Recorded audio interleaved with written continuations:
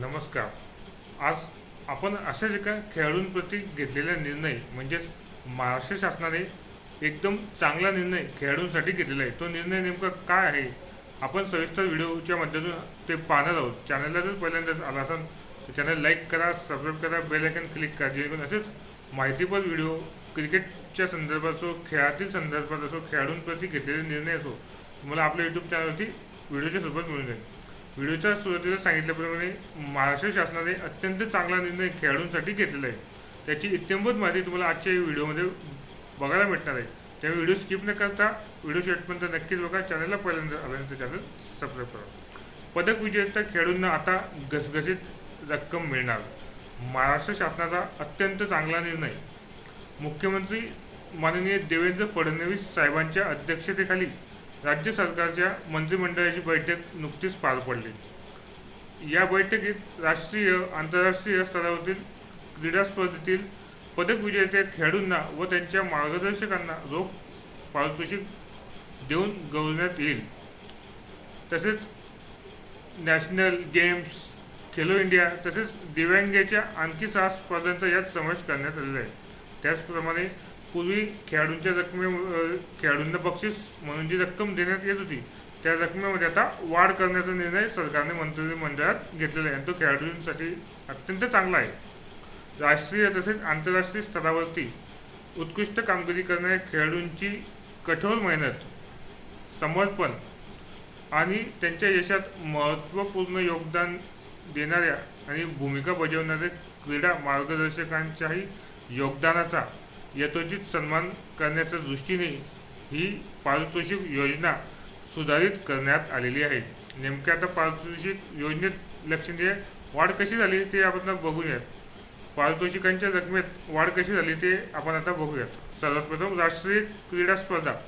पूर्वी सुवर्णपदक विजेत्याला 5 लाख रुपये देत होते. आता नवीन सुवर्णपदक विजेत्यांना 7 लाख रुपये मिळणार आहे. 2 लाख रुपयांची वाढ झालेली आहे. रौप्य पदक विजेत्याला पूर्वी 3 लाख मिळायचं, आता 5 लाख मिळणार आहे. आणि कांस्य पदक विजेत्याला पूर्वी 1.5 लाख मिळायचे, आता 3 लाख रुपये मिळणार आहे.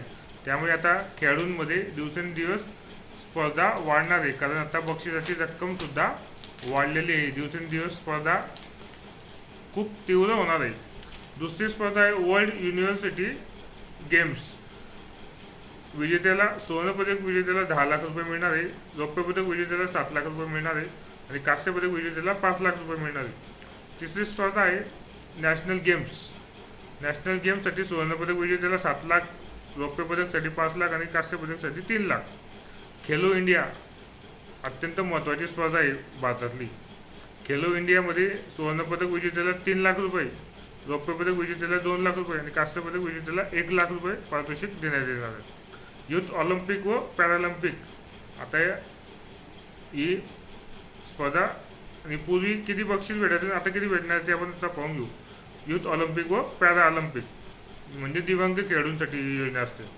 सुवर्णपदक विजेत्याला पूर्वी 22,50,000 रुपये मिळायचे, आता नवीन सुवर्णपदक विजेत्याला 50 लाख रुपयाचं घसघशीत मानधन बक्षीस म्हणून मिळणार आहे. रौप्य पदक विजेत्या खेळाडूला पहिले 15 लाख रुपये मिळायचे, आता 30 लाख रुपये मिळणार आहे. आणि कांस्य पदक विजेत्या खेळाडूला पहिले 7.5 लाख म्हणजे 7,50,000 रुपये मिळायचे, आता त्यामध्ये वाढ होऊन कांस्य पदक विजेत्याला 20 लाख रुपये मिळणार आहेत.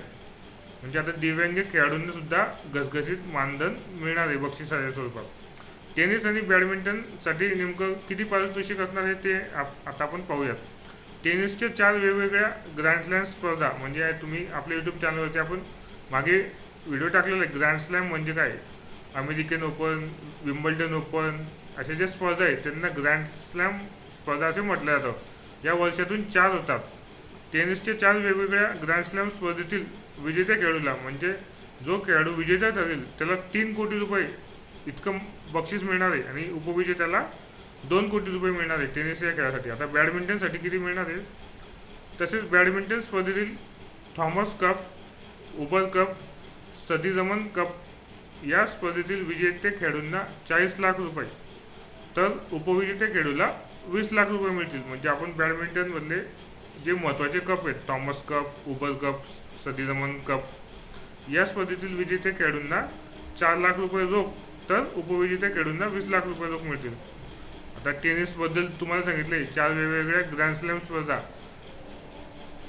विजेत्या खेळाडूला 3 कोटी आणि उपविजेत्या खेळाडूला 2 कोटी. आणि बॅडमिंटनमध्ये कप सांगितले आपण, Thomas cup, Uber cup, Sudirman cup. या कुठल्याही एका स्पर्धेच्या विजेत्या खेळाडूला 40 लाख तर उपविजेत्या खेळाडूला 20 लाख रुपये मिळतील.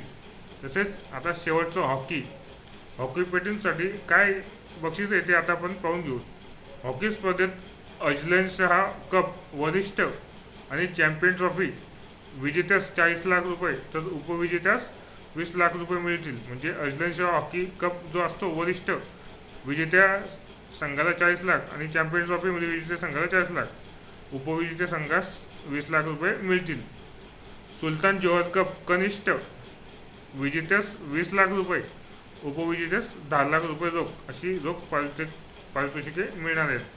महाराष्ट्र शासनाने नुकताच हा निर्णय राज्य मंत्रिमंडळाच्या बैठकीत घेतलेला आहे. त्यामुळे खेळाडूंना मिळणाऱ्या सुविधा आता दिवसेंदिवस चांगल्या सुविधा खेळाडूंना मिळत आहे. पारितोषिकाची रक्कम सुद्धा वाढलेली आहे. त्यामुळे खेळाडूंनी चांगली कामगिरी करून महाराष्ट्राचेच नव्हे तर भारताचं नाव जगामध्ये करावं हीच अपेक्षा आहे. आपल्या चॅनलला तुम्ही नवीन आलात तर चॅनल लाईक करा, सबस्क्राईब करा, बेल आयकॉन क्लिक करा, जेणेकरून असेच नवीन नवीन माहितीपूर्ण व्हिडिओ आपल्या यूट्यूब चॅनलवरती मिळून जाईल. आजच्या व्हिडिओचा मुख्य विषय हाच आहे की नुकतीच राज्य मंत्रिमंडळाची बैठक माननीय मुख्यमंत्री देवेंद्र फडणवीस साहेबांच्या अध्यक्षतेखाली झाली आणि त्यामध्ये हा खेळाडूंसाठी अत्यंत चांगला निर्णय सरकारने घेतलेला आहे. त्यांच्या पारितोषिकांमध्ये खूप वाढ करण्यात आलेली आहे. त्यामुळे खेळाडूंना यामुळे प्रोत्साहन मिळेल. चॅनलला नवीन आला असेल तर चॅनल लाईक करा, सबस्क्राईब करा. धन्यवाद.